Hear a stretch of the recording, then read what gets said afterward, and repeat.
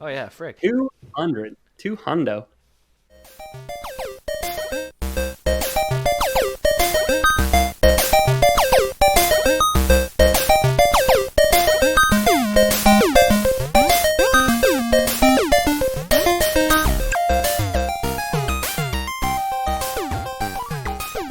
Lore Boys here, live with our 200th episode, live from Twitch. Welcome everyone. I'll pass it off to Pete, who will be our first radio host.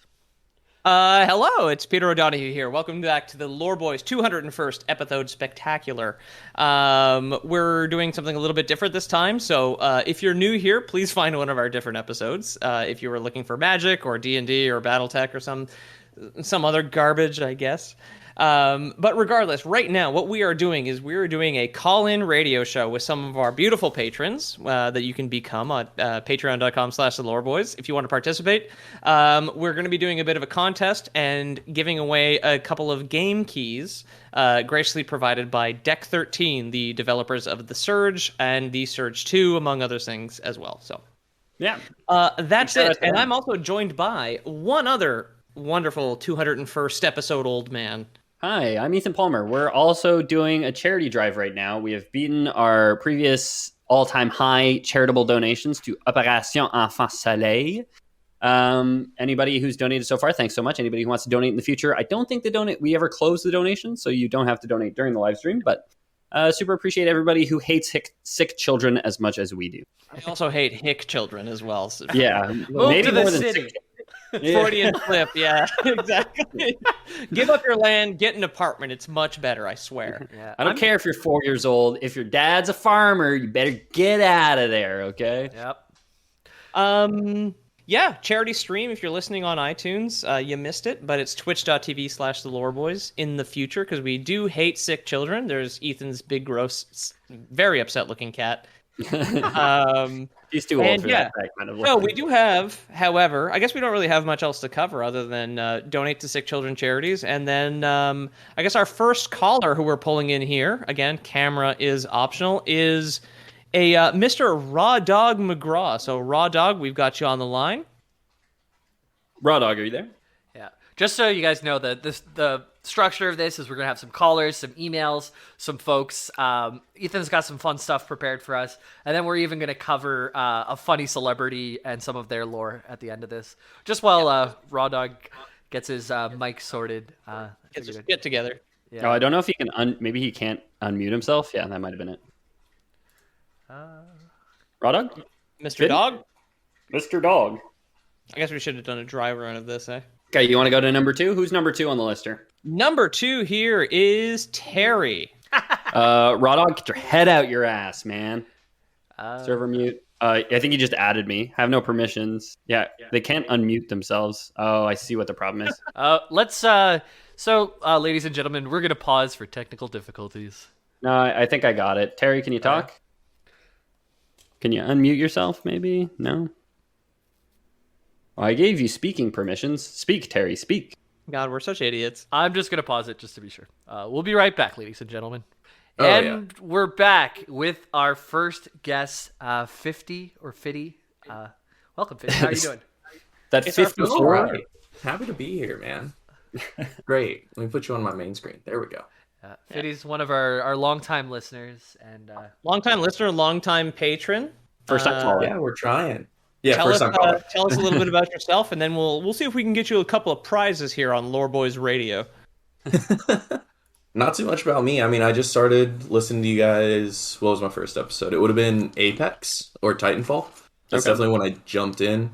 I mean, I've told Pete and James this a bunch because I fucking always send them messages about it. But yeah, so I was just looking for more about the lore about those and found you guys. Really enjoyed you guys' personalities.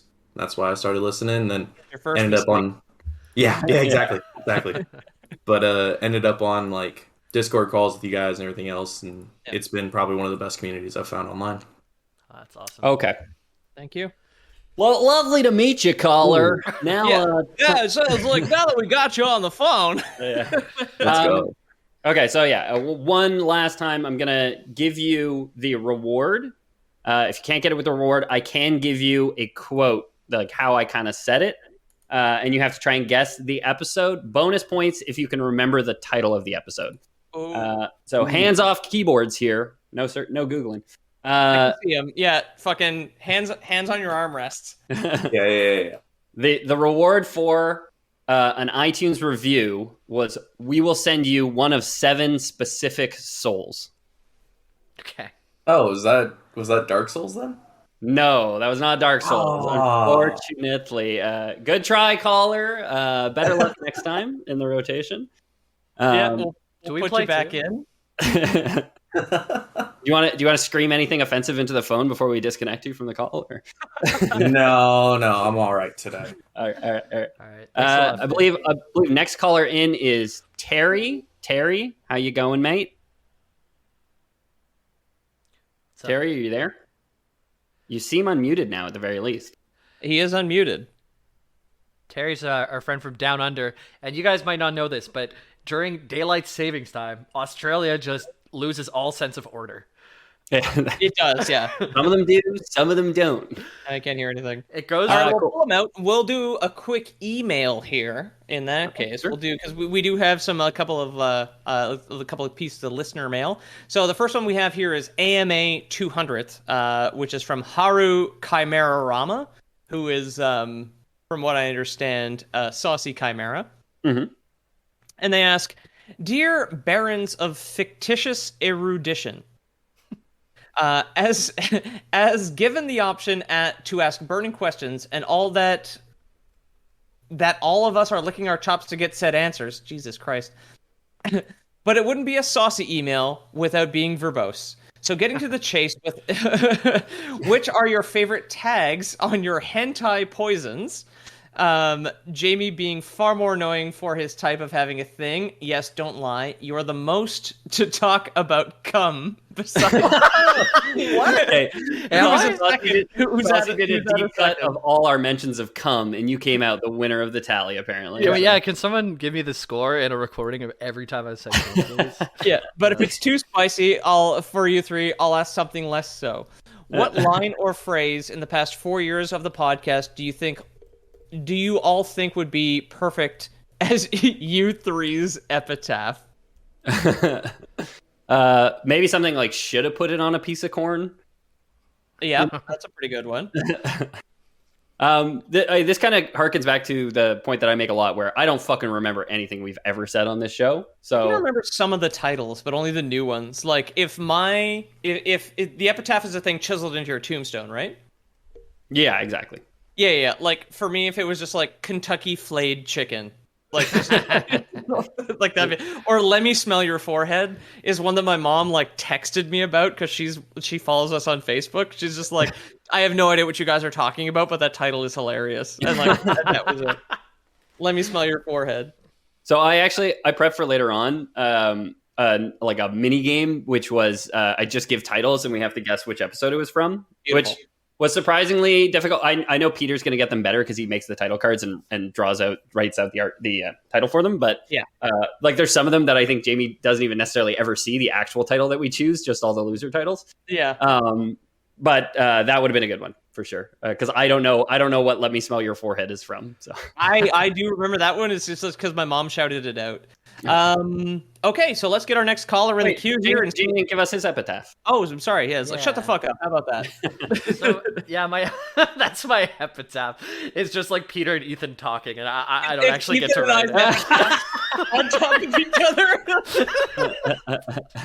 Yeah, I don't know. That's the best I got for now. Cool. We pulling Terry back in here. Yeah. Let's go, Terry. Let's try again. This Mr. is probably Terry. me with a permission thing, honestly. There you are. There you are. Hey, mate. Sorry, I don't know what was happening. All good, Terry. Fixed it now, though. You were Oh, one how of are our you boys biggest. doing? You're one of our biggest patrons. You're the only one to have ever done a D&D game with us, actually. Yep. Yes. And as What, I mentioned, what a fun time that was. as I mentioned in the Twitch stream, I'm pretty sure I still owe you 3 other ones, but we'll get to them someday. They'll come down the line. I know. Hey, those payments declined actually, which is why we got away with it. Okay. No, we have I a think new I got caller at least too as 2 well. through. Yeah, there definitely was got a few. there was 3 or 4 that definitely went through, Peter. Yeah. You said that at the time, and I was like, no, they definitely went through. Yeah. Anyways, Okay, so the Lore Boys reward was, we'll send you 1 of 7 souls. The extended quote was, leave us an iTunes review and we'll send you a soul. We have 7 monster souls apiece, and we will send them to anyone who leaves us an iTunes review. Do you know what game this is from? I'm gonna guess perhaps Monster Hunter. No, Monster Hunter is not the right answer. Whoa. we know it's Where's not. Darnell when you need him? Yeah. Yeah, I would have got it if it was Pikmin. I have that memorized. Yeah, Pikmin. What do you know? The for bonus points, do you know the title of the Pikmin episode? It's God. Is it something about the intersecting rings, or is it I more about actually the? don't know the I mean, answer. I don't know the Thickman. answer. It's something Thickman. I think. My favorite part of the episode, you didn't name it after it. All right, it was about how many s'mores pies you can exchange for, physical contact with your boy. It is Thickman was the subtitle for the episode was Thickman. I got it. Okay. All right, good try, caller. Better luck next time. All right. So, in that case, we have an email from patron who you probably know better as Jesterful, but Dakota here had sent us an email for the 200th episode celebration, just to break up the game show. And they say, "What's up, boys? It's Discord's token Bionicle fanboy. Just throwing some questions at the wall for episode 200, or just next Q&A in brackets." So, Jimbo, you can hear us? I'm here. What's your video game hot takes? My video game hot takes. Okay, you want to hear mine? Yep. I think women and LGBT people should exist in video games. That's my controversial opinion. I wasn't sure how you're gonna end that sentence, and I'm glad you did it the way you did. I didn't know if that was going to be true or a joke. No, it's true, but it's sad that it's true. Like, it's sad that it's controversial at all. I'll say one. Majora's Mask, not that fun. Shitty game. I don't like the mechanic where you're always in a rush and that you are forced to replay things. And like, it doesn't feel like you're always progressing unless you already know what you're doing and stuff like that. And I don't like the 3-day Groundhog Day version of. Preach, Jamie. Fully agree. My least favorite Zelda game by like a landslide. It's very popular. I hate the reset mechanic. Hate it. For me is my PS4 has no value whatsoever. I've definitely mentioned this before. Like, I know like my PC was shitting its pants when we were doing the surge on stream, but like Bloodborne is on one platform and it runs like garbage, making it completely trash software, and God of War is good, but like basically just good, and the fact that both that and fucking Horizon are on PC now means I have my PS4 has no value whatsoever. That'd be my hottest take. Just since we're still on Twitch, we got a question from Beef Supreme on Twitch. He's not going to be able to stick around to answer, but maybe he can catch the VOD or listen to the episode. What's your favorite snack food, and why isn't it chocolate chip cookies with a thin layer of Cheese Whiz on it? I hope you're not serious. I love chocolate chip cookies, will say. Not a fan of Cheese Whiz. My favorite snack food, probably crackers or fresh bread and hummus. Some dried apricots on the side. That's dried apricots fuck around. Yeah, those are great. Winner for me, I think. I'd probably say, like, if it comes in a bag, like a movie food, there's these things that you have called snap peas, which are just like these little pea-shaped fluffy crisps. Absolutely brilliant. Otherwise, like, I'm a gummies man. I don't really consume any sugar otherwise because I have like no pop and none of that shit. But like, I love me just like open a bag of Twizzlers, put it in the cupboard for 3 days, and when it gets tough, like, that's when it's good. Weird. You gotta cure your Twizzlers. Ariane agrees. The wife agrees. Yeah, there we go. I like nachos with like a layered dip, like some beans, some guac, some salsa and stuff. Like, that's really good. That's snack food that you put effort into. Yeah. Sure. I guess like a weird one that I like the combination is Doritos and cheese curds. Like I like those together for whatever reason. Okay. Yeah. And just That- straight up ketchup Doritos. That's the Canadian in me. That one's really good. Yeah, I'm not a big fan of ketchup fish. Ketchup Fish? fish. Not a big fan of ketchup fish. Not a big fan All of ketchup hot dogs, and not a big fan of ketchup chips either. But also, like, it sounds like being healthier, like berries, just like strawberries, blueberries, blackberries, raspberries is like I will fuck with that hard. Like better than candy, better than anything else. Like I'm a big kind of berry guy. My dad and I used to go pick blackberries out in rural Quebec and then bring them home. And oh my God, the taste of those things are so good. I like how you said out and then corrected yourself and said out to like hide your accent. So you Did I do both? For being from Ontario. I didn't even notice. Yeah, me neither. We're so used to hiding our Canadianness on the podcast that Dakota's email is not done yet. What's everyone's favorite episode? Is it one that you wrote? I like episodes that either Jamie or Pete wrote for different reasons than I like episodes that I wrote, because I enjoy the research of a lot of the episodes that I write more than the actual recording. The actual recording, when it's my episode, I find more stressful than when it's somebody else's episode, because I'm thinking about timing, I'm thinking about, getting the ad breaks in and all these other things. So it would probably be one of Pete's Battletech, just because it's like expansive. It's one of the other multi-parter series that we have going on when I do a lot of the multi-parter series. So I would probably say like Blake Jihad maybe, or the one with the postman flying through space where we were talking about going to the deep periphery in the first place. Dark Age, yeah. Yeah. Hangus Dingus does the deep periphery or something, I think was the title of that episode. You get some amens to Battletech in the chat. For Thank me, you. I don't know, like personally written, I really like the Arthas two-parter. I like the Hollow Knight. Hollow Knight. Yeah, I like the Hollow Knight one where we were all there better than the one where it was just two of us, just because it was the deeper of the lore. Like, I think I just did Soul and Void or something like that for the first part. And then when we were all there, we actually got into, like, the old ones and all the cool stuff. And, Yeah. The cool shit. Other than that, like, that's what I writ. Even, like, Crash Bandicoot, I remember having a really good... There was a time where Crash Bandicoot, that was my favorite. But it's been so long now, it's kind of in the past. But, I don't know. I like the ones that are just one-offs and are silly and funny, and those are my favorite types of episodes. Yeah, a blast always. Yeah. I guess mine's a little bit more self-involved, is because I do a lot more, like I do a lot of writing, like when I'm actually preparing one. The one that comes to mind recently is because for me, a good episode is if I get a good reaction out of Ethan and Jamie. So for both like writing and listening, I would do definitely Roadside Picnic. Like that was a great one. That was a really good one. The like the pizza furniture bit or the pizza decor bit is like something that like my dad listened to and like laughed his ass off, because after he watched us do our panel, he like went back and started listening to our show. He's like, like now I know what a podcast is, because of course he's like a fucking caveman. I laughed so hard I like exhaled into my beer and it blew beer into my eye there. Yeah, at the thought of your dad like going to our panel and being like, I get it now. Well, that's exactly what happened. Like, I guess he was talking to Eric, Eric with a K or something at the bar or whatever, and not you. And he was just like, I don't get it. Why do you listen to the show? Like, as if I had woken him up from a coma, or like I found my dad in a glacier or something, and like like dragged him out.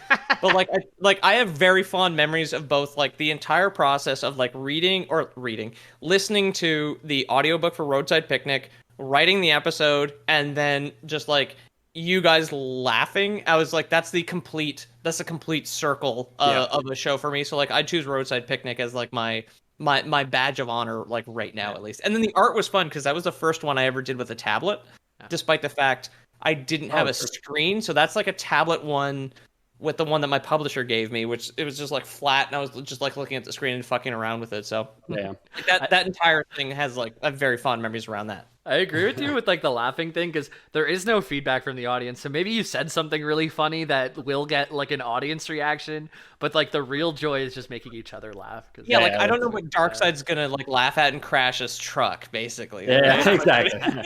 I feel like Jamie is the according to the community the most like the funniest according to the most votes or whatever. But on the episode, for sure, me and Pete laugh at ourselves more than we laugh at Jamie. You know? So. I don't know if that's true, by the way. I'm not sure you're getting those numbers, but anyway. No. He said that Fragile Shark is his favorite person in the community, and then he also said that he's the funniest according to the community. I would never. Speaking of Fragile Shark, he says in the Twitch chat, just tell him it's your dad, Peter. It's radio, but when you want it, like Netflix for radio, which is a great way to describe podcasts. Yeah, exactly. Is Jester's email have more questions? We have 3 more. Yes. Okay, let's go. So close. So, Ethan, what's your favorite guild of Ravnica? Theirs is Orzhov. I'll say to play probably Golgari, which is for Peter and Jamie. That's black green. It's a lot about like killing bodies and resurrecting them to use their flesh bits and make zombies out of. Maybe like lore wise, probably Is It, which is like blue red, so it's all like mad wizard scientists essentially. Thematically, probably Boros, because I love like the Law and Order. That's white red, so they're like very orderly, but they're also very warlike because of the red. So those are probably my 3 for different reasons. Yeah, and then we have Pete as the podcast's good Catholic boy. What's up with those weird Jesus candles? I'm not Catholic. I am Eastern Orthodox, and the Jesus candles are like a Central American thing. Like, I don't know if they mean the tube with like the picture on it or whatever, but like regardless, but I do have like an Orthodox candle thing where there is like a sand. It's like 3 levels of sand, like 3 sand shelves that you like stick a candle into, and then when you show up on like Easter or New Year's or whatever, you just like light one, and then you light a couple other candles, and that like basically it's kind of like a quick little a little prayer. But no, my fiance is Catholic. I am not, so yeah. I'm the closest thing you guys got. But your crucifix is in full view right now. So. Yeah, I took it out. That's why I wear the short. That I wore a low collar today to get the drip on stream. We've always said this is a Christian podcast. So. It is, yeah. Jamie's got his candles going. I'm still technically Christian because I was baptized, but like I don't actually really believe in it. But I'm Eastern Orthodox, not Catholic. So get your facts straight. And then Jamie. How do you feel about the fact that World of Warcraft removing the damage from Warlock's Siphon Life spell in patch 3.1.0 was a direct cause that sparked the creation of the cryptocurrency Ethereum? Yeah, I've heard that theory from someone in the Discord, and it must have been you. It must have been you. Yeah. Or maybe it's a real thing. I have no idea what any of that means. I'm like so... I could tell you just about anything about classic WoW, but past that, I'm not sure how WoW bleeds into other stuff. But all we know is that I wonder if like the Warlock class is going to become an NFT someday, owned by Blizzard. You know, that people are going to just destroy the environment to farm from their houses. Yeah. All we know is with this, they are doing classic again, by the way, but it's Seasons of Mastery, which they're just taking all the raids and like adding new mechanics, taking away world buffs, doing all this stuff, and. But they will still not remove bots because bots pay $50 a month, and Activision has got to see that in their quarterly reports. So they're not interested in making a good game. You can't afford to abuse your employees if you're not making $15 a month off of bots, baby. Yeah. It's bad. And then finally, we have When's Bionicle Part 2? Love y'all, Jester. So with the resources that you specifically, Jester, sent me regarding Bonkle, I'm going to restart. I had no idea that there was so much. There is not going to be a Bonkle Part 2. I'm doing a reboot. It's going to be next year. It's going to be 2022, certainly, because I have a couple things to get through. I will say also going like kind of cutting back to your first question about what our favorite episodes are. I will say I really enjoyed that first Bionicle episode with like the giant crab and everything. I thought it was like I love those episodes that we do where there's such a surprising fount of lore to pull from, you know, where you're just like I never would have guessed that this ran this deep. So that one was actually super enjoyable. Well, it's time to surprise someone else and pull Darkside in as our next caller. The Nokia Snake lore. I just remembered that one. That one I really like. How Snake lived and died with Nokia as a company, which is really cool. Do you remember what the subtitle for the Nokia Snake lore episode was? Fuck, no. I don't either. I would have to look this up. I remember we recorded it in on an evening, so it must have been winter because it was dark out. Oh my god, you remember that? Like, what the hell? Yeah, I remember where I was. Anything I said, but where I was. Yeah, sure. I remember where I was sitting, and it was in Peter's apartment, and I was looking towards you guys. And as we were recording, the balcony, there was like no sun coming in. But that's all. Oh my god, yeah. unbelievable. And Darkside in here, our next caller. Hello. Darkside, hello, you're on the air. Hello. Oh, you should be able to unmute yourself. Yeah. There's Darkside. Oh, Hey. Hello. Hello. Welcome to the show. Welcome to the show. thank you for having me. Long time podcast, first time call-in show, if you will. Oh, yes. The question we're looking for the answer to is, what episode did we say we will give you 1 of 7 souls for leaving us an iTunes review? The newest hint is that it was a Jamie episode. I'm almost positive it was Untitled. It was Undertale. Yes, it Wow. was Undertale. Because there's 7 souls if you go the genocide route, and you can collect the 7 monster souls and you give them away. A couple. You might have to a couple turn down quotes your from- radio in the back there, Darkside. We're getting some feedback. Yeah, I was trying to like mute it, but all right, No problem. That's bad call-in radio etiquette. You still have the car radio on too loud while you're talking on your phone pulled over on the side of the road. A couple other quotes from the Lore Boys Prime are: Jamie said, "Dying means don't feel bad." To which I replied, "According to Christianity, dying means I'm gonna feel bad forever." And then Pete had the great one-liner as we were fading out to the outro song. What's the overhead on this Undertale? Oh, that's a very good one. I do remember that now, yeah. So congratulations, caller. I believe you're the first one to win a key. Pete, are we going to generate them live, or are we going to generate them after the fact? No, I will send you the key in chat. I just need to make sure that do you own, on Steam specifically, a copy of The Surge 2, the Faraday Protocol, or Crosscode? Because those are the 3 games we are giving away. I don't own any of those. Perfect. Okay. So basically, what I'm going to do is I'm going to roll a 6-sided dice, and then depending on the number on the dice, you will get any of the games below that, starting with The Surge being 6 and 5, Faraday being 4 and 3, and Crosscode being 2 and 1.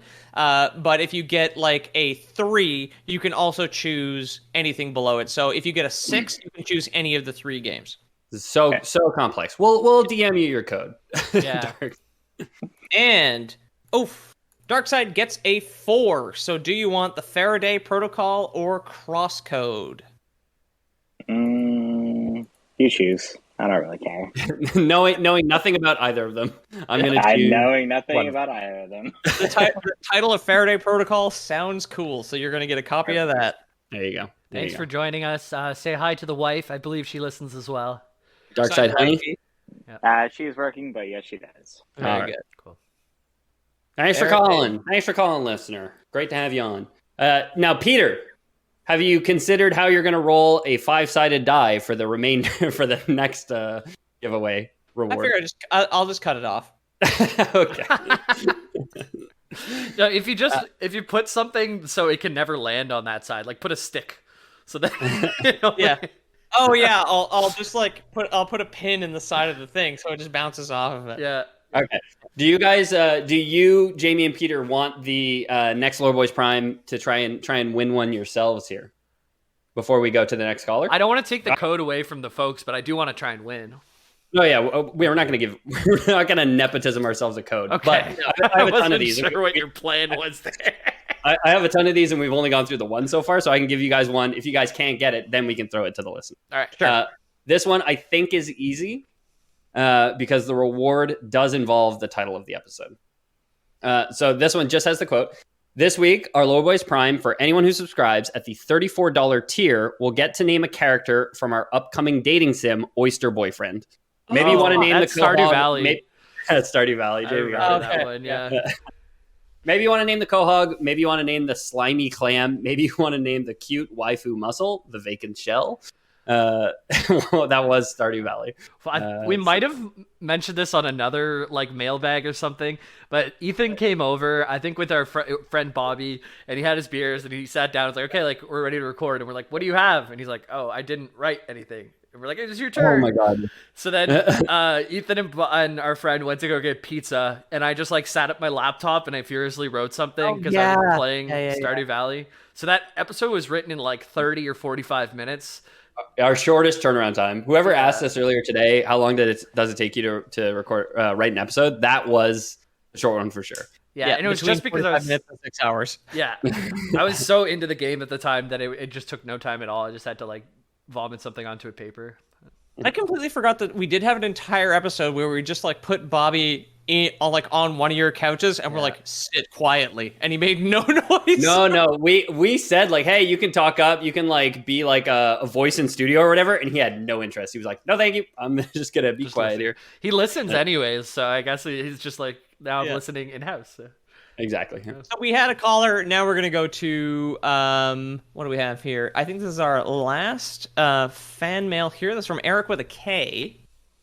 And then we're just gonna rotate in the callers. So Eric, who we did meet, he did reach to our live panel. Thank you very much, Eric. Like just in case you guys ever want to do that, like obviously post COVID, whenever it's available. We're going to be doing more, so that's very cool. And if you want to reach, please do. We'll just get wasted. Eric says, hey, boys. Just hitting you all up for the charity stream event. Hope you guys are having a good stream so far. Couple of AMA questions for you all. He's from Canada, so he doesn't abbreviate it, so I'm sorry. So he's from Canada, so it doesn't say AMA. It says AMA. Yeah, exactly. AMA. What game did you really want to love but hated for whatever reason? That's easy for me. It's Hollow Knight. That's easy for me. It's Doom Eternal. Yeah. I love Doom 2016 and I hated Doom Eternal. So disappointed. Yeah, me too. Like I've tried. I have 12 hours of trying to play Hollow Knight, and I just truly loathe it. I'm like so forgiving to games, so I'm not sure. Like maybe like Fallout 76 because I thought it was gonna be cool, and then it came out and it just wasn't. But it was never like I played it and I want this to be good. I kind of always accepted it's just gonna be trash once we knew what it was. Terry says Witcher 3. I'm on my like 4th playthrough of The Witcher 3 right now, so them's fighting words, Terry. We also have here, what's your favorite ethnicity of food? Indian, for sure. Indian food, maybe Mexican is a close second, but it's Indian for sure. I'm big on Lebanese, man. The bustan, the shawarma. Shawarma is big for me. I love their the red pickled beets, and also like the rotation between like chicken, beef, or the. I think they're rutabagas. Falafel? Oh yeah. Yeah. I big on the Lebanese and garlic potatoes can't go wrong. I do hummus potatoes. Oh, or both. Jamie, can I guess for you before you say yours? Sure. Greek or Mediterranean. Oh, actually, I hadn't thought about Greek, but I had Euros like 2 nights ago, and they were so good. You're a big tzatziki guy. I love tzatziki, man. Yeah, there's a place on Monkland that just opened up like when I got back from Mexico, and I hadn't tried it, and I ordered from it this week, and it was good. I don't know if it's my favorite. Like George is always a winner. It's always damp, but it's always good. I've tried every souvlaki place in like a square kilometer from here. Actually, Ethan, I'm gonna go Greek. Actually, you got me. There we go. I worked in we're Mediterranean boys. Like all of our food is from one tiny section of North Africa, Europe, India. It's close enough. Just like a couple thousand kilometers away. It's close enough. We're just a couple of Silk Road lovers. That's it. Oh, Fallout New Vegas. I've tried to get into that so many times, and I bounce off it. Controversial, man. Yeah. That's more controversial than Majora's Mask. Yeah, I bounce off it so many. I like it, and then I never get past like the first couple settlements. Like I've never. Yeah. So wow. I think, speaking of fighting words that you had mentioned earlier, I think Eric knows and wants to break up the show. Toast or bread on a club sandwich. Oh, who told them this when we met? It must have been you, Peter. I don't think I've mentioned this to Well, and warm toast or cold toast? It's warm toast on a club sandwich. That's the only one. Warm toast, cold chicken. This is the That'll be my epitaph, okay? Is warm toast, cold chicken. Warm toast, cold chicken, 100%. That sounds like the beginning of some The, rhyme. the, I don't know. the conversation started, and I have it saved somewhere where I said it has to be warm toast and cold chicken. And I think I say cold toast and cold chicken because Yeah. I don't like putting the mayo on something that's too hot because it like gets all like coagulation-y. Like I'd prefer it all. If like let's just go one way or the other. Let's go all hot or go all cold. And I think we got to go. I think I would rather hot chicken and hot toast. I would Okay. go Bad all choose. hot, preferably, certainly. But if I'm gonna say it's warm toast, not bread on a club sandwich. You want Guys. hot tomatoes, hot lettuce too? Yeah. I'm okay with hot tomatoes. I don't want that wilty lettuce shit. Yeah, hot tomatoes I'm fine with. But hot iceberg seems weird to me. Fragile Shark says, Jamie, if your preferred choice is cold toast, I may have to reevaluate a lot about you. I'm not sure what my preferred is actually. I was just going to say, I think we've grown so much because it sounds like we all landed on the same answer when 5 years ago we were ready to slit each other's throats over this. Yeah. There's a 14-minute recording out there somewhere of us arguing about this. I can show you where it is. Incident. Yeah, keep talking, Yeah. but I'll show you where it is. Oh God. Otherwise, we have it was great meeting Pete and Ethan at Meltdown. Hopefully next time Jamie can be there. I'll probably send a couple emails throughout the stream to keep you guys going through the day. All the best, boys. Eric with a K. With a K. With a K. Yeah, Was I super- tried to be there. My puppy got sick, and I was really worried, so I didn't want to leave her. But I'll be at the next one. It was Oh. super cool meeting you. Jamie will be at LoreBoyCon. LoreBoycon. Yeah. And BoysCon 2022. Boycon. Boycon 2022. Yeah. Look at what my hat is doing to my forehead. Oh my god. Holy shit. It looks Weird, like eh? he has. So for the listeners, it looks like Ethan has like 3 spots that are almost like rash-like on his forehead, and they're From my oozing hat. pus. Oozing pus. Oozing. Pustulating. Cool. So we have a couple callers waiting on the line. Do we want to go to the next quote? The next caller is Dykes Askew. That's Saucy Chimera, whose voice I've Saucy. never heard. Brave of you to show up for this one. Long time patron, first time caller. First OG. of our patrons, I think, and we've never heard their voice. Might not be the first, but certainly the oldest who's still going. That's Yeah. for sure. And if not the first, then like easily the second or third.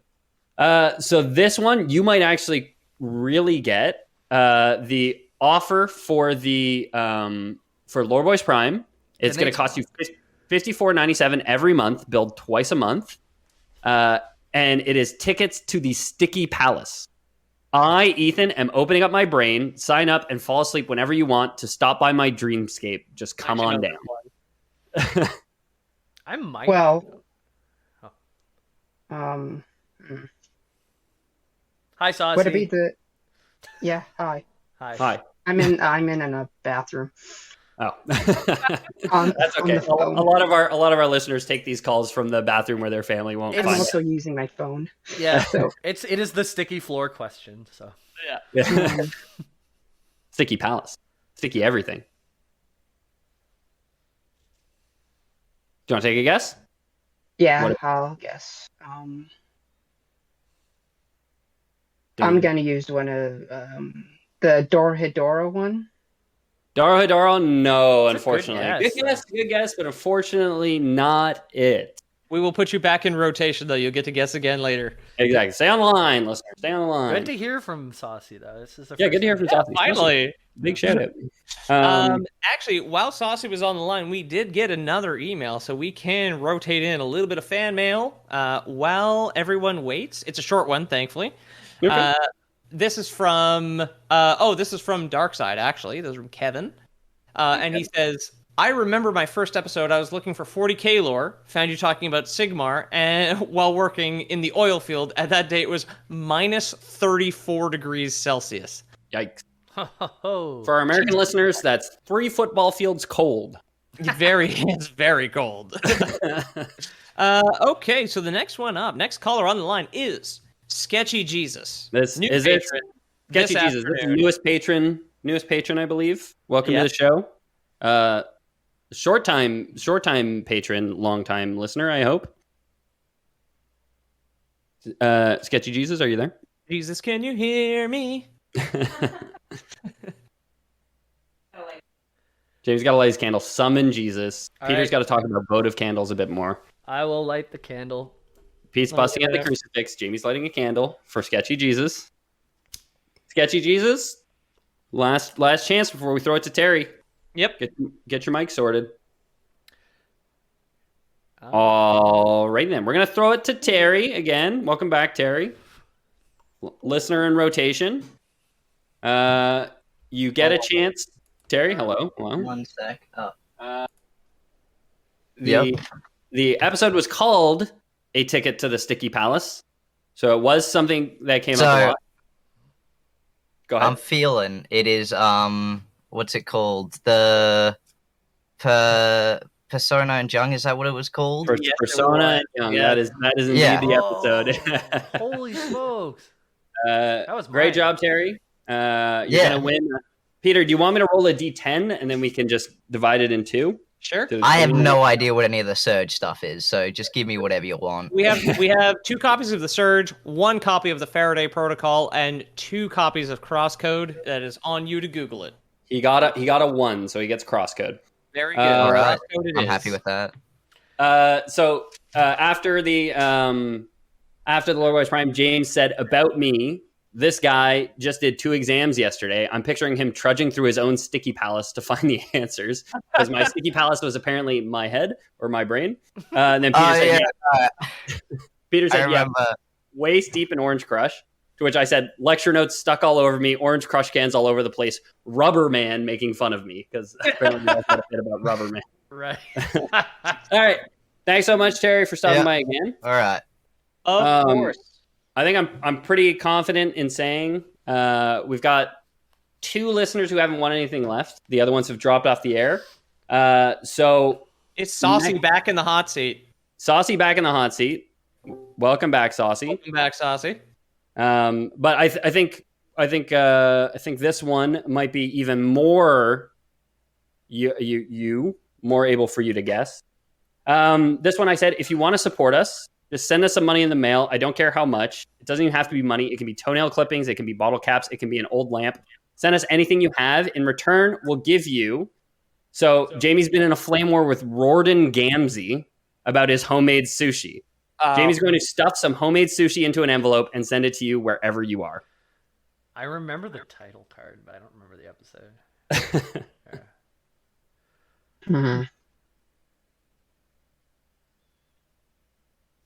Do you remember which episode we talked about Rorden Gamzee critiquing food? Is it the Alita Battle Angel one? It is Alita Battle Angel. It is Alita Battle Angel, yes. It was the Space French. Space yeah, exactly. Yeah. Very good. I actually didn't remember the name, but I remember the title card of that little like folded over Gordon Ramsay with the. Yeah, Sorry. I remember the art for it. Yeah. I liked it. Yeah. Do you remember the subtitle for bonus points? No, I don't. It was from the neck down. It's all baby meat. Oh yes, yes. You got a 4, so you're getting a copy of the Surge 2, I believe, on Steam. I don't have it, so it's all good. Oh, you don't have Steam? What? No. It doesn't have Steam. Oh, well. No, I have Steam. I don't have the Surge 2. Congrats, then. You have it. Oh, okay. So you are getting Surge 2. Perfect. Yes. Perfect. Well, thanks. We can talk about it sometime. I'll understand your references. Yeah. Thanks so much for calling in. And enjoy the Surge 2 from Deck 13.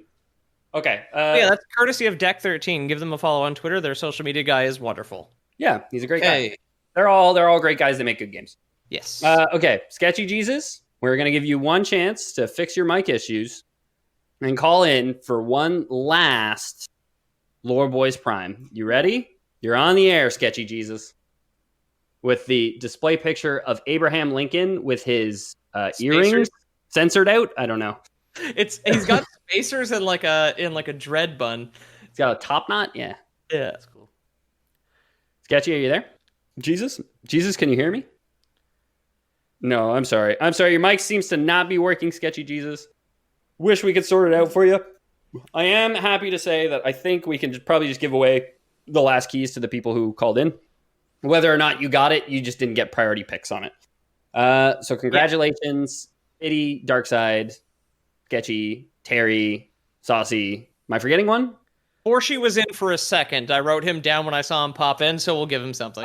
I think, Forshi, I think you get it because I think you popped in thinking people were in community gaming to game, and then everybody was just muted waiting for us to call them in and didn't understand what was going on. Yeah. Oh, Fragile Shark says it's Crabcore Lincoln describing Sketchy Jesus's display. Yeah. Sketchy Jesus, even though the mic didn't work, thank you so much for obviously being a patron and coming out to try it out. Technical things happen, but thanks for trying anyways. Terry says, can't wait for BoyCon Montreal in the Twitch chat. Sorry, I'm catching up on Twitch chat because I had 3 windows open for this game. Charlie, the live guy, said, what is the email? If you want to email us, it's always contact@loreboys.com. You can reach us there. And we'll get your email. It's never too late before the episode ends. We'll probably check for new episodes once we start the Steven Seagal bit. Do you guys want to switch to that, or do you guys want to do a couple more try and guess the episode based on the Lore Boys Prime? I mean, we gave away half our games. We still have 3 keys, but if we want to give those to the people who called in, that's good. Okay. I would love a ad break in quotes, just so I could eat a little bit because my food's been cooling, and just like I would love to duck out for like 10 minutes personally. I thought you already ate. That's why I would have thought that we were going to start after 5 because I thought you were eating in there. That's where the prediction came from. I cooked. We did this, and now I'm just like I've just been waiting. So you cheated because we were making fun of you for taking too long. Okay. Well, let's wrap it up then, and we will see all of you after the break. All right, welcome back, ladies and gentlemen, from the break. We've eaten, we've drank, we've talked about first sexual experiences in the chat, about Gremlins 2 and Lion King and Burnout Paradise and the rest. Don't you dare forget G.I. Jane, baby. Yeah, and all those things are intrinsically related. You just have to show up to the Twitch stream to understand why. That's right. So make sure to go to twitch.tv/theloreboys. Drop a follow there. We're up every once in a while, and we're always happy to have you. But for now, what are we getting into? A little mini episode on our friend, Steven Seagal. Friend of the show. Friend of the show, Steven Seagal, yeah. Also friend of Vladimir Putin. So I guess good. Yeah, I'm glad they met each other because I know them both independently through the Discord. Right. I'm glad that they finally started speaking to each other. I guess we can start off with how Peter and I know Steven Seagal, like we do with a lot of games. So I have seen the picture where Steven Seagal is giving Vladimir Putin bunny ears in a picture, and a Russian KGB Secret Service member is just looking at him with the laughing because I know you're gonna get killed eyes. And I will say I have not broken up a friendship, but I lost a lot of respect for a friend once who tried to convince me that Steven Seagal could actually like kill a man with his bare hands, and I was trying to say like, no, he's like a fat, uncoordinated slob who I don't think could do very much. And then I have another group of friends who likes to ironically watch his movies over Discord. So I've seen a couple of his movies in the past 2 years. Cool. I've never seen a Steven Seagal film, but I've seen the YouTube clip of him put the pool ball in the sock where he just like kicks shit out of a bunch of like bikers is pretty cool. Okay. And then I've seen the classic "I'm taking you to the bank, Senator, to the blood bank." And then otherwise I've seen Tom Segura dressed up as him eating a carrot in like a silk gi, because there is a picture of him eating a carrot in like a silk gi. So I'll admit, watching more Tom Segura lately is what like sparked my interest for Steven Seagal, because he has a lot of funny things to say about him. Mentions him in his special, and then I was like, okay, I want to look into this myself. Let's see what's going on.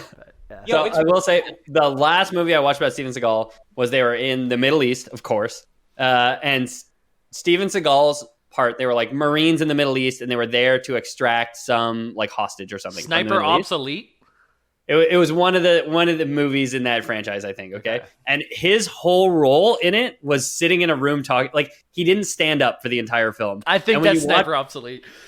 When you watch a Steven Seagal movie, Just look. You can drink. You can play a drinking game. Drink for every time he stands up, and it's going to be so few. You're going to barely have any sips. You're going to be so thirsty by the end of the film because nowadays so much of his movies is just him sitting down. Because on set he's just like, no, I don't stand up whenever I'm acting. Yeah, in that same movie, Sniper Obsolete, he's looking down like the scope of a gun, and he's still got the fucking bike sunglasses on.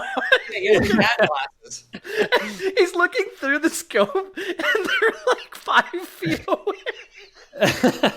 they're very good if you want to watch them. Ironically, I'm not thumbnail of like a video, like it's like Steven Seagal has excellent trigger discipline for like, from what I understand is not like a gun guy, is where you have your like three fingers on the actual handle of the gun, and then you've got your index finger above the like trigger guard, so you don't have your finger on the trigger itself. But he has like 3 fingers above it for some reason, so he's basically holding a gun with like a pinky. Yeah. Juicy mentioned in chat that he limp wrists the guns, and that's totally true. Like you see, he's shooting it like he's shooting at different like angles or whatever, but he's just kind of like haphazardly throwing it around like it was just like waving a wand or something. Because I know Juicy knows about guns, so he limp wrists the guns. Yeah. Anyways, I wasn't going to get into too much about the Putin stuff, but he did meet with Vladimir Putin, and there's like a filmed interview, and Putin's talking in Russian, and Steven Seagal's all serious, like meeting him and like shaking his hand and stuff, and Putin's like, "Who is this oval-shaped man in front of me?" Things like that.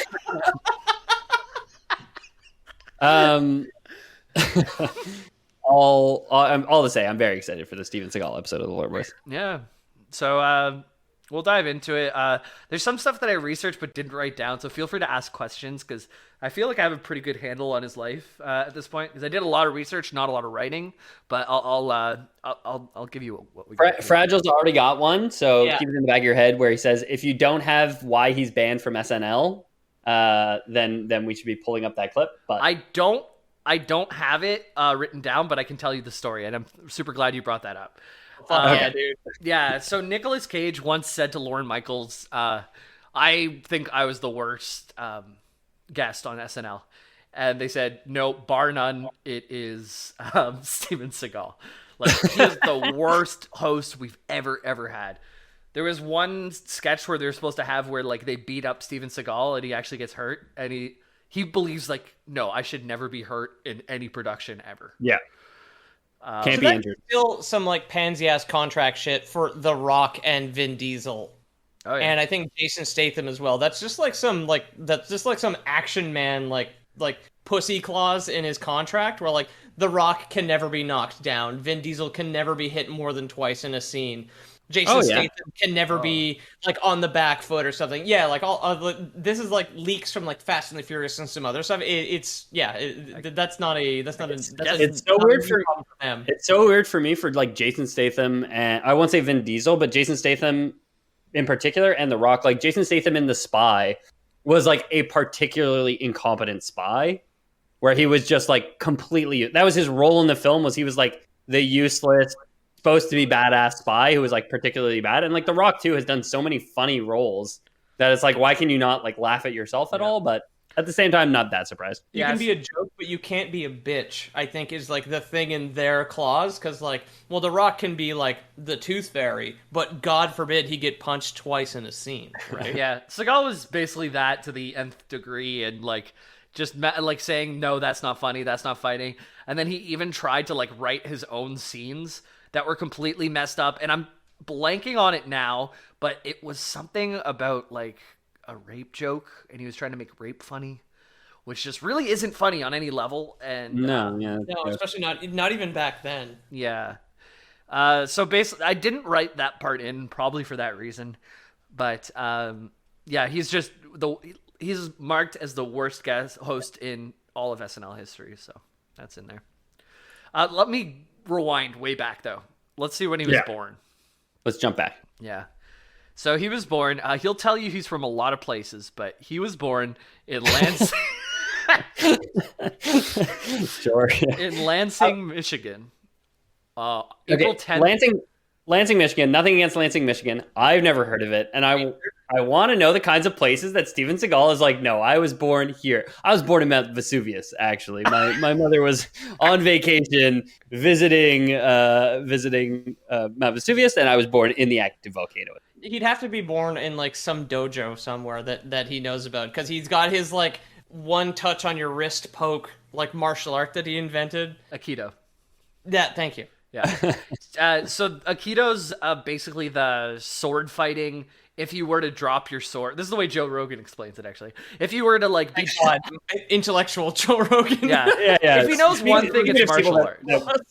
Speaking of people that we don't have a ton of respect for, but no, you're right, Jamie. He definitely knows martial arts. He's an MMA commentator. Yeah. So he like if you're sword fighting and you get disarmed, this is where like Aikido comes in.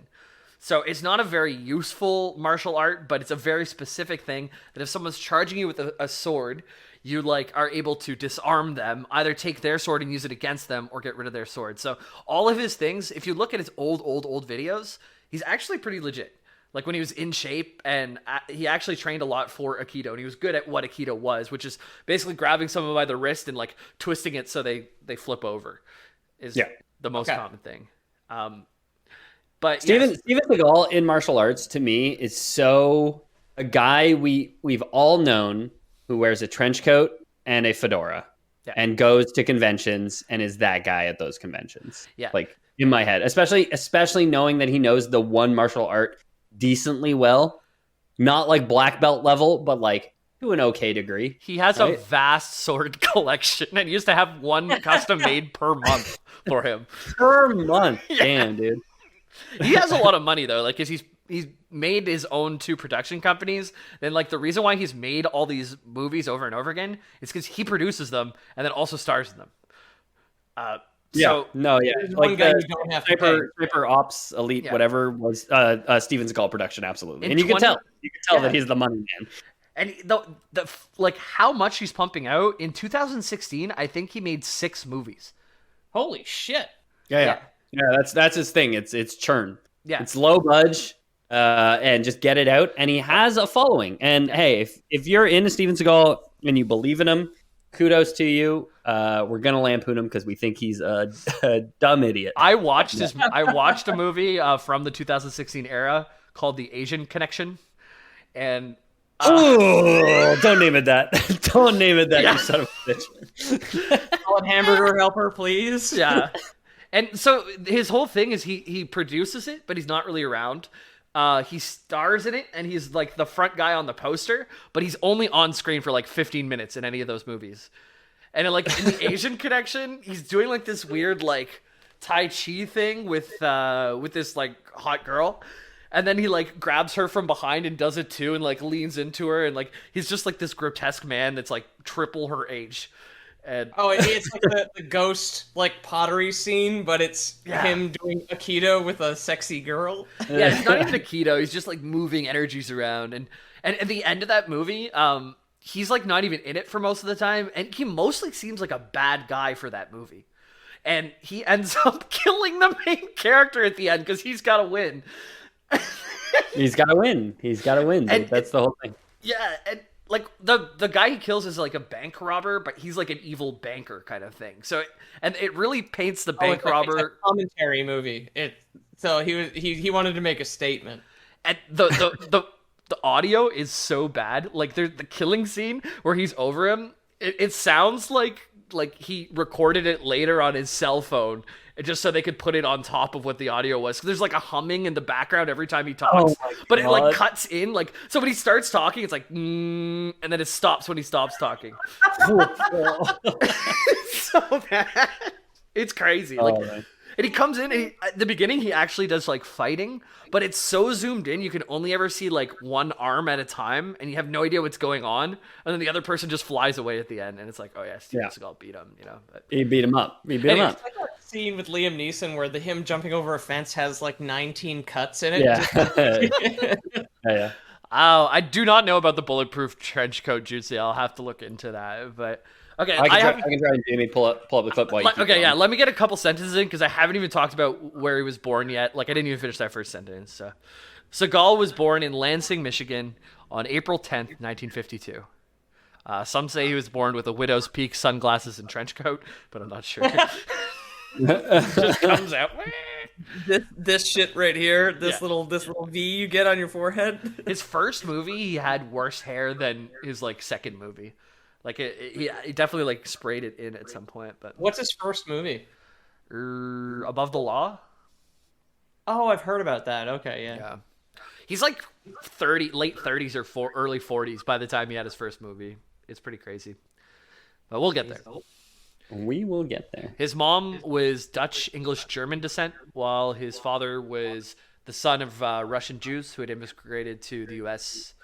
But somehow their son would claim to be Italian, Japanese, and even Native American at some points in their life. Good. He's one of those guys, huh? Not to mention, he like lately has kind of adopted like Ebonics and he talks like this, brother, and he always like I can't even do it properly, but he's like doing like trying to act like a black person, and it's really crazy. Yeah, that's what I understood. But like Hollywood's idea, I guess, like he talks like a guy from The Wire, basically. Yeah, and he puts himself in like situations to like be. He like acts with black people and then speaks on their behalf, saying like, "Yeah, they say like I'm just like a black person too," but like no one ever says that. I don't think anyone's ever said that actually. My wife's ex-boyfriend was a black guy, so I'm clean. I'm clear as far as racism goes. Thank you very much. Yeah, yeah it's I have Steven Seagal's Wikipedia page up right now, and the biggest section is allegations and lawsuits. Yeah, it is the longest section by double. A double in that. Double I in didn't one. go too far into the sexual allegations just because it's a downer, but there's a lot of them. A lot of them. Him doing stuff like meeting with actresses and unzipping his pants and saying like, well, we just have to see if we have the right chemistry and stuff like that, and then firing them whenever they decline. Claiming to be really good at massages and then just like groping people. Well, that's what a good massage is, right? Feeling the booba. That's terrible. Feeling booba is good massage, no? Yeah, he's still to a degree like the way he casts the women that have to have sex with him in movies really feels predatory. But in the positive side, because he's trying to hide his body, he's still wearing a trench coat and sunglasses in the sex scenes. Anyways, okay, yeah, we keep jumping into the juice, but we're still his mom. No, I'm sorry. Yeah. It's one of those episodes. Also, shout out to Bray, who's back after sleeping. Fell asleep, Oh my God, yeah. asleep to us, and here we are, still going. Yep. Charity Street's still going too, by the way, if anybody wants to donate. Still up there. We've been up for 10 hours, and honestly, at this rate, I'll probably go late into the evening, so we might get a 16-hour stream. Who knows? Run as long as I can. Yeah. So yeah, when Steven Seagal was 5 years old, he moved from Michigan to Fullerton, California. And his mother told People magazine that before the move, he was frail. He suffered from asthma. He was a puny kid back then, but he really thrived after the move. He got his ponytail and really glue up. Yeah. He spent his time as a youth listening to rock music in the garage. Yeah. By himself. He went to the sewers one day, and a man-sized rat wearing a kimono gave him sunglasses and taught him how to make a ponytail, and he was a ninja. Yep. He fell into a vat of ponytails and then crawled out of it. Yeah, those poor ponies. So Segal, he was born right in 1952, and around 1971 to 1973, it's unclear exactly when, he moved to Japan. He had met some folk. He had like a mentor in California who really inspired him, and he liked the culture. So yeah, so he found a local sensei who was like some white yogi, and then he had enough money to go to Japan to find his like more legitimate sensei, I guess. Yeah, he went for a little while, but he ended up coming back to California in 74. Sorry. So 71 to 74? 71 to 73-ish is the start date, so sometime in between there. And then he came back in Okay, so it 74. could have been like somewhere between 3 years and 18 months in Japan. Not even necessarily 18 monthts, right? Like if he left in October 73 and came back in February yeah. 74. but like, because I was gonna say why I asked 71, because I was like, honestly, kudos to somebody that old going to a new country which is like so foreign. Yeah. Like that is not moving to Spain, that is not moving to France for us North Americans. That is like, that's a big leap. So kudos to him. But if he only lasted 5 months and then says like, no, I was there for 4 years, that sounds more Steven Seagal to me. But at the same time, could be that he was a young guy and did it pretty well. He went to Japan. Kyoto speaks English. He was a respectable man in Japan. Like at this point, he's not the guy we hate yet. He's an okay guy, right? At this point, right. So he's a lost kid, probably. Yeah. He met in California. He went back and he met Miyako Fujitani, who's a 2nd-degree black belt and the daughter of an Osaka Aikido master who had come to Los Angeles to teach Aikido. So he came back to Los Angeles and he met a Japanese lady. And they had kids eventually. Oh, him and the daughter, not him and the guy. No. Okay. So then the daughter goes back to Japan and Seagal goes with her. And the following year, they get married, have a son, Kentaro, and a daughter, Ayako. I can't wait to meet Kentaro Segal. We don't really get to know him that much, but we can look him up after. And he taught at the school owned by Miyako's family. And he's widely known as the first non-Asian person to have a dojo in Japan. And that's his claim to fame. And at this point, because of that, he's got like some street cred. So when he comes back to like apply for a movie and stuff in like martial arts, Aikido. So it's like what he's really good at Aikido, like actually was at this time. But Aikido in actual fighting is such a narrow lane. Like it's when a guy has a sword and you don't, and how to turn it on them. Like that is like so specific, right? So Power Rangers does hip hop Aikido, I think, is his brand of fighting. I mean, as a martial arts too, it's such like a hey, if somebody had like, it would never come up in any kind of actual competition because like that's super one-sided. So like in the wild, if somebody has a sword and you don't, you just run away. That's the best defense, is run away from the guy with the sword when you don't have a sword. But it's just like, we're practicing though. What if you were an idiot and didn't run away? That's our martial art. Life or death. Yeah. Yeah, they say in the chat, I see what a fucking weeb, cringe, and that is what most people would say. Yeah, I will say the comment in Twitch chat that got me the most was when you said like he's still respectable here, and Fragile Shark, who seems to know a lot about Steven Seagal, said, I don't know how quick I would be to use the word respectable. It's like it compared to what he's done today. At this point, he has it is relative. The guy who just like bankrolls his own theory movies of Steven Seagal. a desk. If you look up Steven Seagal at home, if you guys want to pause the video and go look it up or something, you look up like old Steven Seagal video. There's a black and white video where he's actually like tossing these kids pretty good. I think that's from Japan in that era. But that said, now we're gonna move on to his movie career super quickly. So from 1987 to 2002, this is like the era of good Seagal. It's not great. I watched Golden Age of Seagal. Clearly. Yeah. This is when he was an action star. He was in shape. He still was like kind of balding, but he knew how to do moves, and he actually he executed. Would stand in films. Yeah, he would stand up. Yeah. And he was in the same category as like Jean-Claude Van Damme, Arnold Schwarzenegger, and like all these other like huge muscle men that like beat people up of the day, right? His main co-star was like an actual person and not like a chair with wheels on it. Yeah.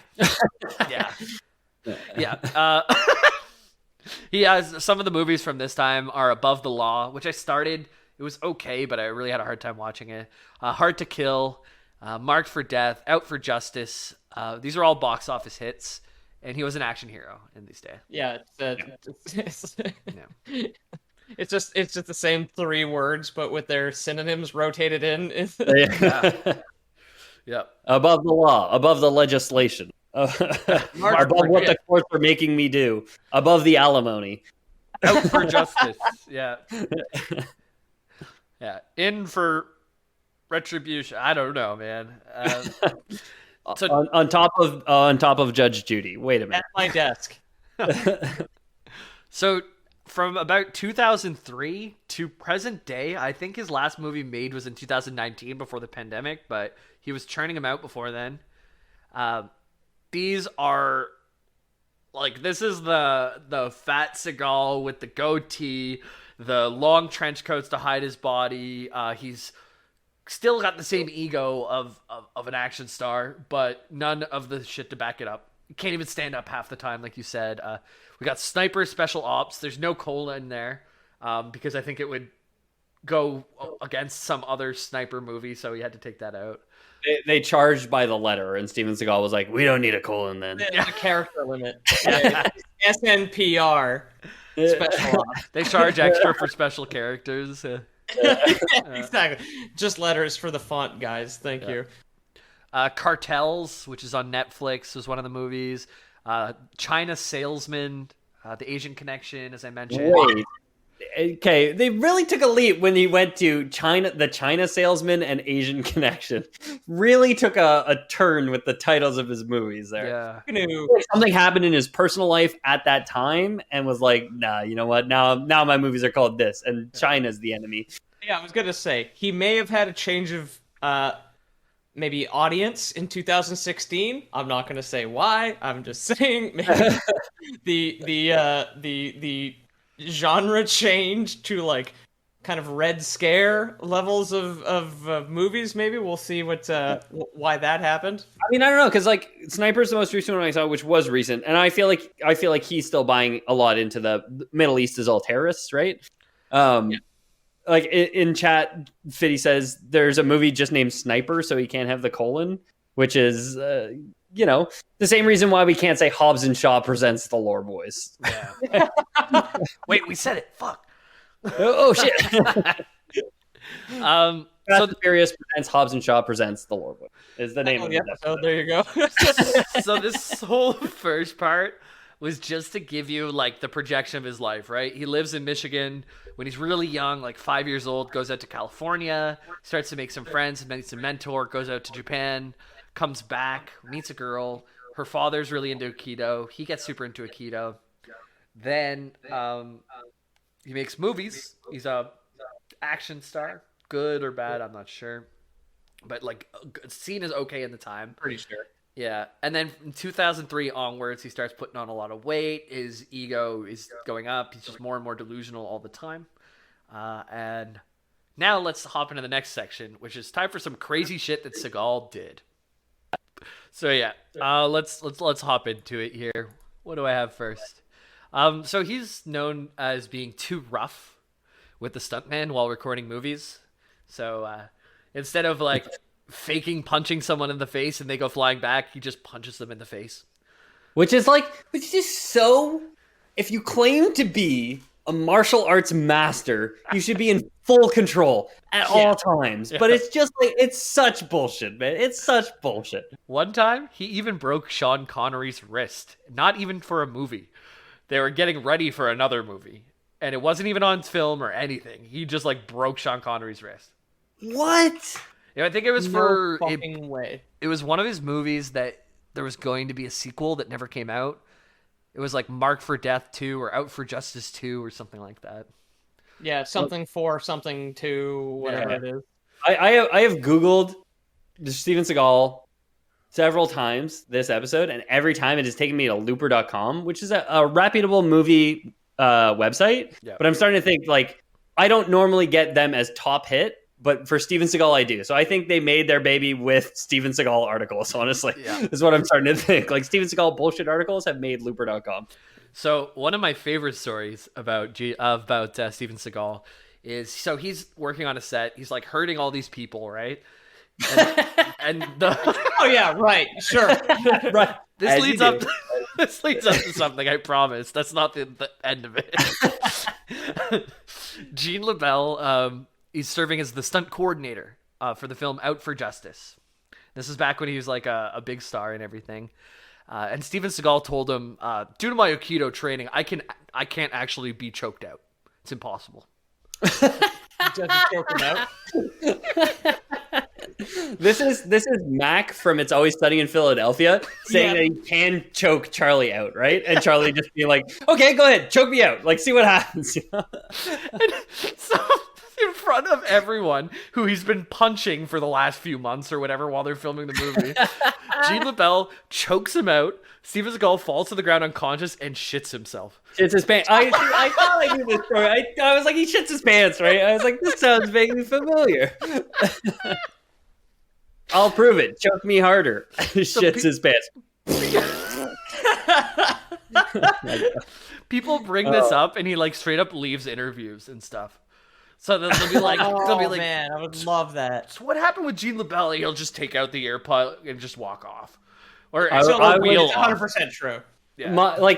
That would be on par with going to space for me, is getting Steven Seagal in an interview and asking him that question, then watching him walk out of the room. Like that would be a peak life experience for me. Where like, hey, Elon Musk offers to take me to space, or I get to ask Steven Seagal about the fucking Jean LaBelle incident where he shit his pants after getting choked out. We could get it. So everybody watching, everybody listening, start a petition. Make sure you make the Lore Boys sound like a legitimate institution, and then we will get the Make-A-Wish. So we've got the sick kids. Donate if you can to Extra Life. The other child that we need to make a wish for right now is getting Ethan his interview with Steven Seagal in 2023, where it's all going to be played straight, and you can ask him 2 normal questions, and then you got to lead into the Jean LaBelle thing, dude. It's 2 normal questions, then I hit you guys with the I'm in. Yeah, exactly. So he actually was asked about it, and someone did it in a delicate enough way that he actually responded to it. And he called the guy a pathological liar. Said it's not true. Jean LaBelle. Yeah, well, like Steven Seagal called Jean LaBelle a pathological liar. Exactly, right. Steven Seagal didn't call the interviewer a pathological liar for having that question. Yeah, everyone else on set seemed to disagree. Do we have a record of the other people that Jean LaBelle has choked out? And or how many people that he's seen shit their pants? It wasn't mentioned. Every time the scientist in me is like, I gotta get Jean LaBelle to choke me out to see if I shit my pants. If I do, it's probably true that Steven Seagal did as well. Well, you need a control. You need someone else to choke you out, see if you shit your pants, and then have Jean LaBelle do it as well to see if you shit your pants. Oh, if it's unique. At least twice, right? That would determine if it's unique to Jean LaBelle. But if somebody shits their pants when Jean LaBelle does it, would happen if I get it. Yeah. So we're gonna need this week's Lore Boys Prime is we're gonna get retired videographer Jean LaBelle to choke you out and see if you shit your pants. He's a stunt coordinator. Apparently, he's a really nice guy, according to everyone that talks about him. Because I saw it from a few different angles. So Jean LaBelle would probably do it for us. So yeah. Cool. Crunch at us, Mr. LaBelle. Mr. LaBelle, we'll put it on a piece of corn. This one is. I'll put it on my epitaph. Jean LaBelle made me shit my pants.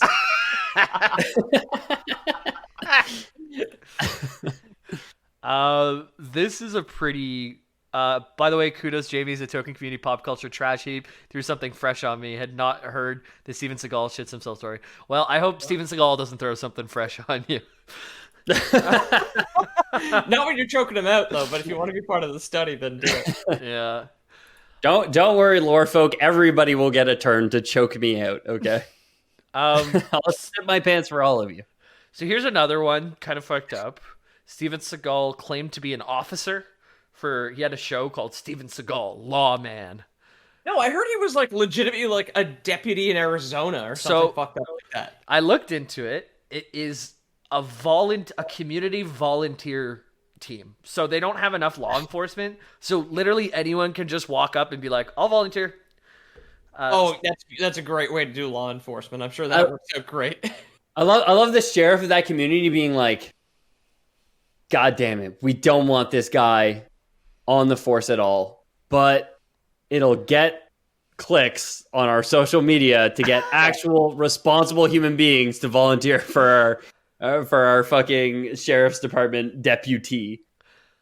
So yeah, He's a glorified volunteer, but if you ask him, he's an officer of the law, right? Did he get a gun, or is it just like zip ties and like the note-taking paper? I don't Wait, think... is this a Joe Arpaio thing?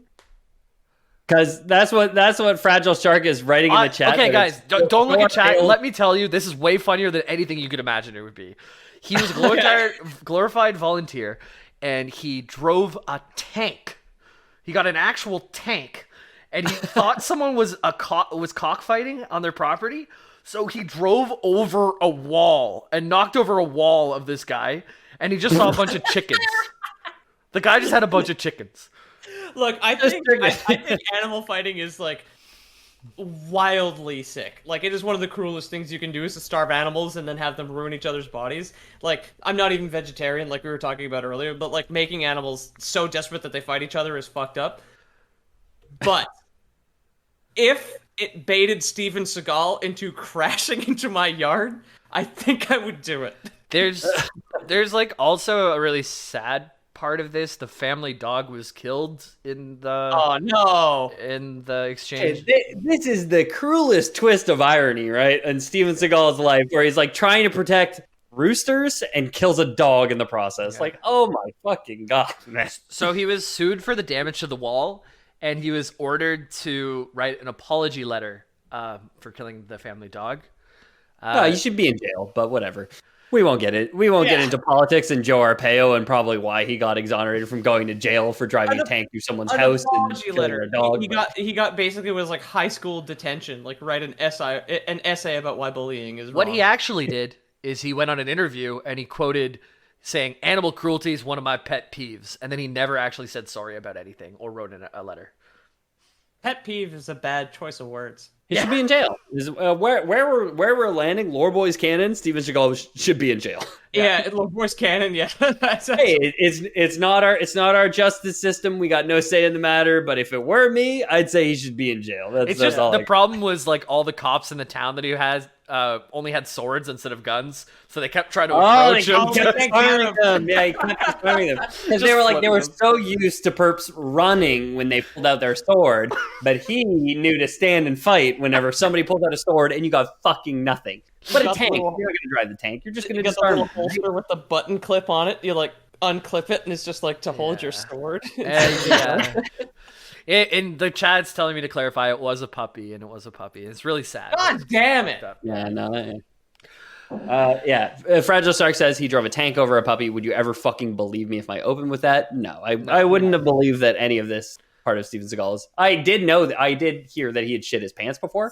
I'd heard the got choked out and shit his pants before story. Yeah, I had but never heard the tank driving story. He's written books. One of them is called The Way of the Shadow Wolves, The Deep State and Hijacking of America. Okay, Jesus. I was going to say, well, he's ghost written books. But now you say that, and I'm like, oh no, maybe he did write this. I think someone helped him with it. And classified technically as a manifesto, I believe. Oh, yikes. You go to the manifesto section of the library. Imagine all the people in that section. Just like crazy hair. It's just they all look exactly like Steven Seagal. It's just ponytails, overweight guys in trench coats as far as the eye can see. The Way of the Shadow Wolves has him on the front wearing like it looks like some type of Native American garb that's leather, and it has like all like the little frilly parts. And he's okay, sorry. It took me way too long to process this. It's called The Way of the Shadow Wolves. Yeah. Jesus fucking that like my brain was like, that's too cringe to process. Okay, we're gonna backfile that for later, and it took me like a full 30 seconds to compute that. Yeah. And that's about the deep state. And the hijacking of America. It's like a psychological, a criminal thriller or something. But he also it's fiction. It is fiction. Okay.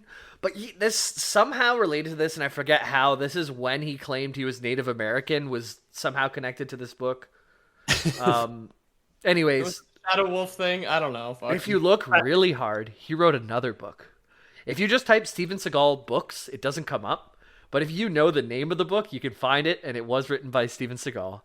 And it's called, all caps, first word, fight, and then no more caps, abdominal fat, how to lose stubborn belly fat and get flat, sexy six-pack abs the right way. No way. Shut up. Oh my god. And he's like, so not that guy. And that one I would believe is ghost written. Okay, that one I would Yeah. believe that somebody wrote on his behalf. Someone with abs wrote that.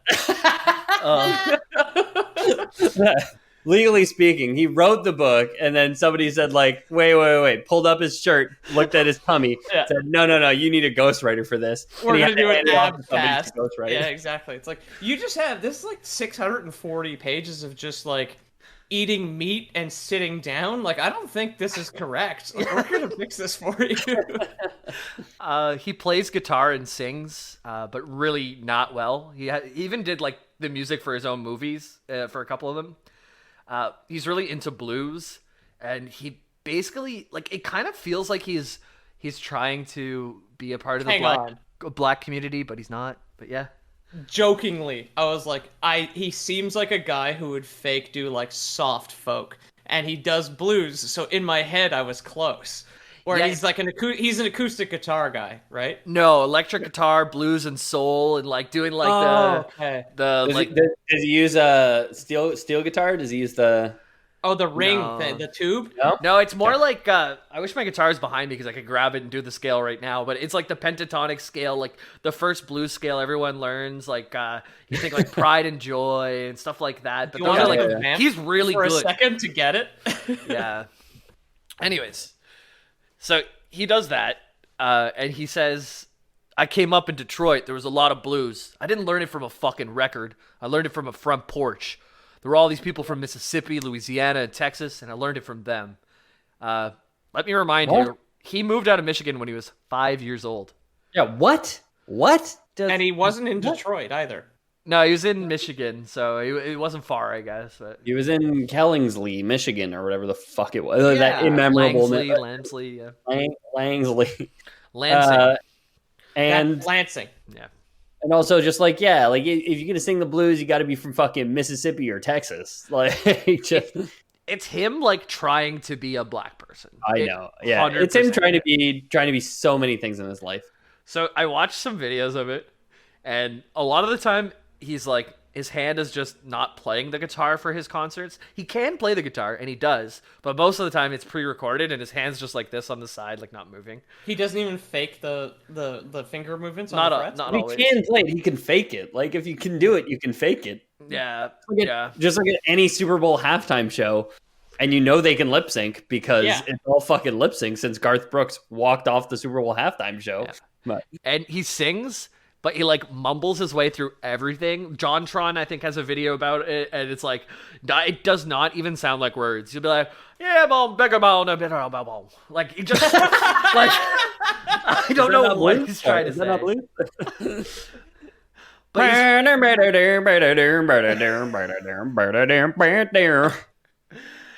yeah, it's honestly like it's really funny to look up. So feel free to go check that out.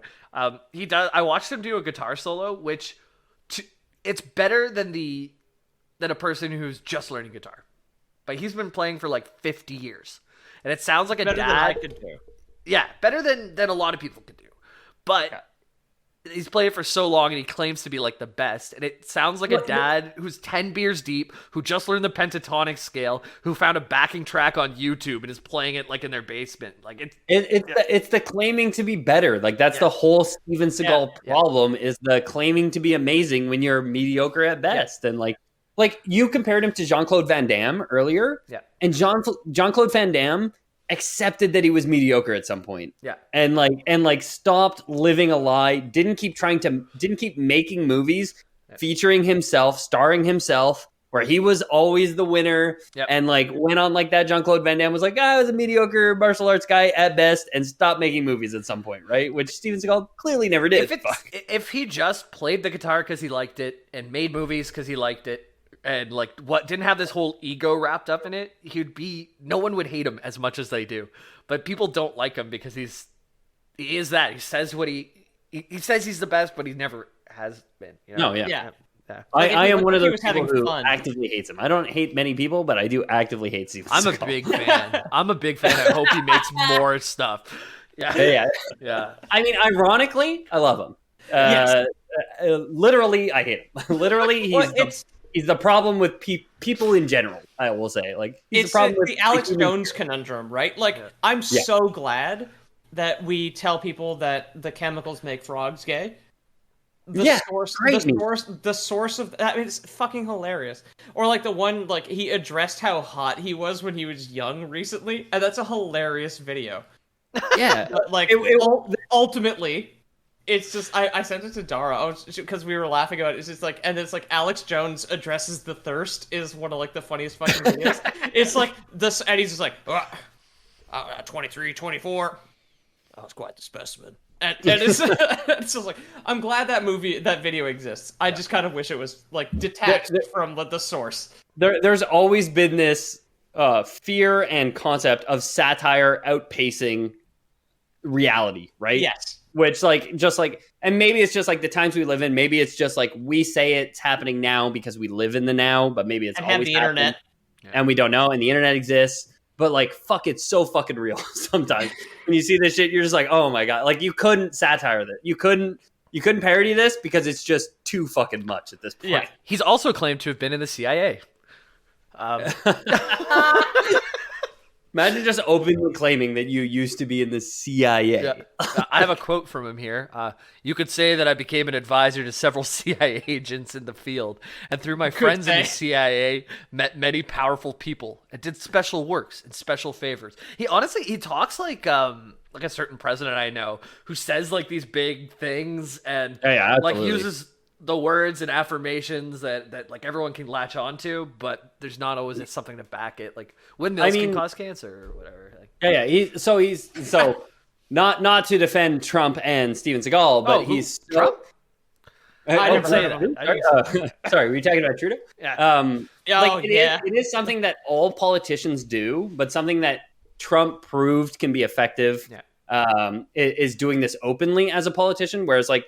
Because the COP, the climate emissions talks are going on these past few weeks or whatever. Yeah. And Trudeau says like, other countries have to do more like Canada. When Canada is worse than the United States, worse than most countries in terms of global emissions per capita, we're doing fucking terribly.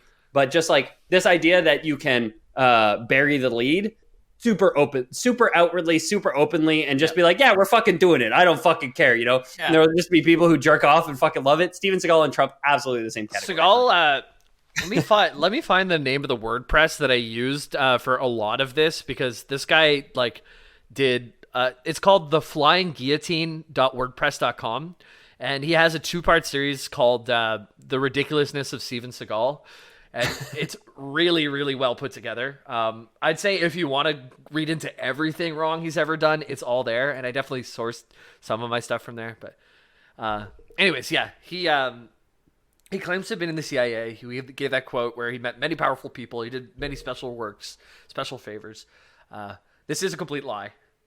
Obviously, like, had he been in the CIA and then was like out talking shit, they would have had him killed. Like, he'd be dead. He would have committed suicide, then stuffed himself in a suitcase. Like. Exactly. It's just like, oh yeah, I can't believe that Steven Seagal killed himself and then put coins over his eyes afterwards. Exactly. It would have been done. So he may have been basing this because he went out with someone named Gary Goldman out on the water, and I think he's involved. I don't know if he's CIA or some other entity, but anyways, he goes out, and Goldman gave a recount of him going out. And Goldman recalls, Randy was driving a Zodiac raft in circles while Steven and I carried the gear out to him. The surf was unbelievable, really tough. Steven Seagal started screaming and panicking like he was sure he was going to die and all that crap. So he was just losing his shit on a boat, and they weren't even like fighting or anything. Yeah. He's got to like hire someone to do shit with him, because every story he's ever told has been undone by the other person in the room. Yeah. He's gonna hire Bear Grylls to take him out one day. Exactly. They can go stay at a hotel and fuck just whatever, right? Like, where it's just like, yeah, I got into a karate fight, and the other guy is just like, well, no, actually, he fell asleep and pooed himself. And now, And then and now this next story is just like, yeah, I was in the Navy SEALs and the CIA, and then the other guy is just like, no, it was a little choppy and he had a panic attack. Yeah. He's either got to figure out how to do shit by himself or get an intern. Frankly, like he's clearly not a businessman. In a lot of his movies, he's adopted the intern as like the other guy who fights with him now. So since he likes to sit down a lot, there's usually another guy who comes with him, and Steven Seagal's like, "You'll play things by my rules, and we'll do everything the way I said it, and you're gonna He's stay in always line." got a guy, yeah. But You got like a skinny little guy like who looks like me, who like waddles up all like ashamed of himself to like argue with him. Basically, No, they're like buff hot guys, and Steven Seagal is in his head is like, I'm still hotter than this guy, so he can do cool things. They're all buff hot guys for sure. Never mind. For sure. the whole role of this guy, guys. of this new like intern, is he does all the fighting, and then Steven Seagal kind of takes credit for it at the end.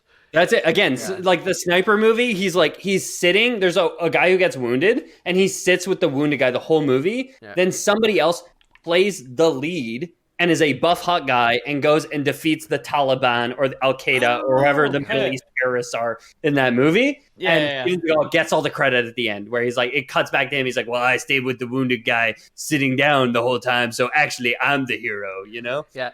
So, Steven Seagal movies are an anime now because it's like a proxy fighter, like JoJo or Pokemon, where you send out a sexy ghost to to take care of Al Qaeda for you. It turns out this is the JoJo episode you've all been pining for. Yeah, finally. So on a more relatable note, Seagal, kind of a gamer, right? Because hell yeah, he made a game, and he also made energy drinks. Is this like Soulja Boy saying he was developing a game console, which was just a big pirated thing from China? No, is this Rogue Warrior? It's the final option for the SNES. Fuck, that's a very bad. That's a bad title. That's a very bad The final title. option, yeah. It's a bad choice, dude. I mean, now you say it, Pete, and my brain is going. I'm like, that is a bad title. Someone with Jewish parents should have known better. That is a bad title. Russian Jewish, no less. Like, oh my god. Yeah. I looked up gameplay of the game, and it looks like it's like a side-scroller beat 'em up, and it looks like Steven Seagal, and he always does the same like kick and punch, and it looks like really bad. Like you go up to a guy and you punch him 3 times. The fighting looks slow, clunky, not fun, and the Can we please not add the developers in case it's fucking Activision or something at this point, and they're gonna work for it? I didn't write it down. Okay, Steven Seagal canceled them, I guess. He made aromatherapy oils as well. Okay, but when he gives his massages. Yeah. When he gives his deluxe massages, of course. He kind of had like this pseudo spiritualism to him in the last little while. That's like really like there's movie monologues that he has where he talks about spiritualism, and he sounds like if you took like a weird Facebook group about spiritualism and got an AI to read it all and then just vomit back something. It's really I programmed an AI to watch 1,000 Steven Seagal movies and write a script for one. The AI just got fat and killed itself. Yeah. Papa Bray in Twitch chat says Steven Seagal for Smash, which the lore boys will co-opt for sure. 100%, yeah. And then Saucy, I assume this is a JoJo reference. Can't wait for Seagal to be added to the next Baki arc. It's JoJo, but crazier is apparently what we asked earlier. Baki's a different show that Saucy referenced earlier. Yeah. Okay. Which I have not heard of, but sure. Okay, and my last line that I have about Steven Seagal is he made energy drinks. The energy drink is named Lightning Bolt, and it kind of had like some. That's literally Power Thirst. Like that's literally exactly. That's literally the parody of energy drinks that fucking what is it? College Humor made. No, it was Picnic Face. It's gonna make your children fast like Kenyans. But also the 2 flavors. One is Cherry Charge. The other one is Asian Experience. Oh god damn it! Why would you name your second one Asian Experience? Like, is it MSG flavored? What are we talking about? How is that an energy drink? It's all supposed to be spiritual. So to him, Asian Experience is like a spiritual thing. What the cherries? I don't know. That's all this I has been had my for favorite Steven's. episode of the Lore Boys ever. I gotta say, let's do more real life shitty people lore. Oh, dude. I Oh, almost like I had this ready on Monday, and I was like super in my own head, and I'm like, I don't want to just make fun of someone for this long, but with He's this a guy, celebrity. Who gives a flying fuck? yeah. I mean, Peter and I, you might have been gone, Jamie, Yeah. but Yeah. Peter and I had a whole moment on Twitch where we were just like, yeah, you're a celebrity. You're making millions of dollars and being it's famous not like- for yourself out there. You got to be made fun of. You got to be able to be canceled. Like whatever. We were roasting cancel culture, where it was just like, oh no, this millionaire can't go into a movie theater for 6 months. Like, who gives a shit, dude? So I don't even know. I would say that was roasting cancel culture. We were saying why cancel culture exists. Like, no, you have to be held to higher standards if you're going to make $3 million a movie. Absolutely, fuck you. Yeah. You He has a lot of fucking money. did it once you go back to working at the fucking grocery store like the rest of us. Like, what the fuck? He had a super expensive guitar collection. He has like one of Jimi Hendrix's guitars, and he has like what a waste. extensive collection. And he has like A&E or whoever was interviewing him over, and he doesn't let them into his house. He has them all laid out on the lawn, which is awful for guitars. You don't want to do that. So he's got all these super valuable guitars just out on the lawn, and he's walking around like, this is this one, this is this one. Don't film me from the side, please. don't get him in profile. And look, I've gained a bit of weight. That's fine, but I don't claim to be the best at everything. You know what I mean? Like, have some humility. That's it. Like, again, it's come up a few times now, but it's the claims to fame. It's the nobody could choke me out. Yeah. Because of my Aikido training. Like, you deserve to be choked until you shit yourself. Yeah. Like that's just like, that's human decency. That's karma. That's human decency. Yeah. That's the human experience. Like, somebody's got to choke you the fuck out until you shit yourself. And you should learn from that. Yeah. And if you don't, it's on you. It's on you if you don't learn from that. You know what? Like, maybe more people should do their own laundry to have that reflective lesson. You know what I mean? Like, exactly. Yeah. Like, you gotta wash your fucking shitty drawers because you shit yourself on set. Experience. Yeah, because you dared a karate master to choke you out. Anyway, Steven Segal, if you'd like to come on and just talk about your experience, I'd be super willing to hear about it. I wouldn't send any judgment. We'd listen to your story the whole way. We want to ask you any questions about the time that you absolutely did Lore Boys Canon shit yourself. Yeah, Lore Boys Canon, remember, is the things that we make up.